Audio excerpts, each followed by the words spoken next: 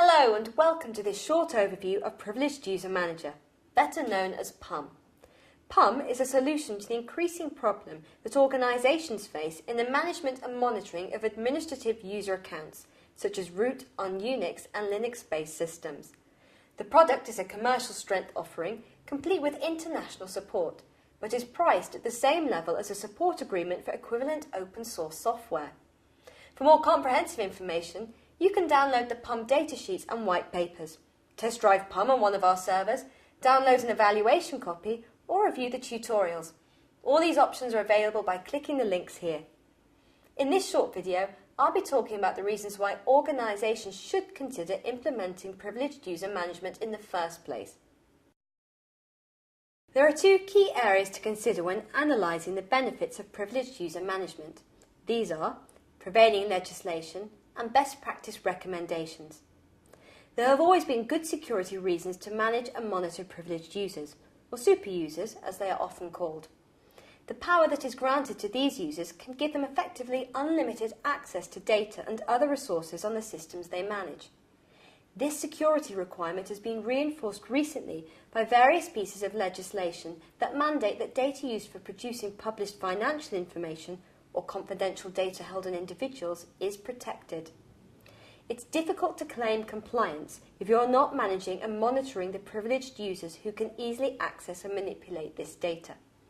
Such legislation is prevalent in the USA, but is also of equal importance internationally. All this prevailing legislation mandates control. It's time to make sure that these most powerful of users are managed and monitored, but to try to do so without reducing their effectiveness.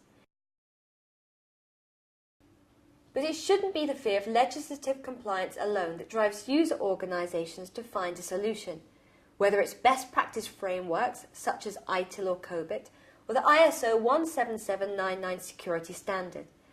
It just makes good sense to manage your privileged users so that they apply those privileges appropriately. After all, as IDC recently pointed out in their Top 10 Predictions paper published last year, 70% of all serious IT security incidents are sparked by insiders. Although much of the security spend is aimed at preventing outsiders from gaining access to your data, you are far more likely to suffer damage caused by internal users. Whether this damage is malicious or accidental, it just makes sense to try to restrict access to the most powerful administrative or super user accounts and to record what happened when they were used. So how do we go about controlling and monitoring privileged users without unnecessarily limiting their effectiveness? After all, these people often represent some of your most highly skilled staff, and they need those privileges to perform their allocated tasks. However, access to the administrator account is often also granted to internal and external personnel who only have a very limited requirement for that level of access. The lack of granularity in the level of access available often means that these occasional users get wide sweeping powers. The easiest way to control privileged access is to remove knowledge of the super user or administrator passwords from everybody. Without the password, users just can't gain entry to a privileged account. This leaves the gate open for a software solution such as PUM to then control who can gain access to which accounts and when.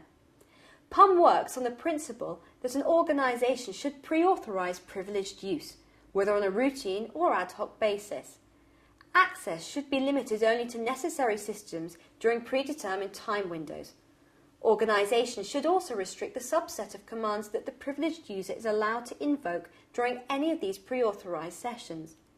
The end result is that you can restrict super users only to invoking required commands on certain systems at restricted dates and times. And most importantly, for compliance and data auditing purposes, everything which is carried out under these delegated privileges is indelibly audited on one or more audit servers. Thank you for watching this presentation on why there is a need for privileged user management. If you have time, please move on to the presentation on the architecture of PUM.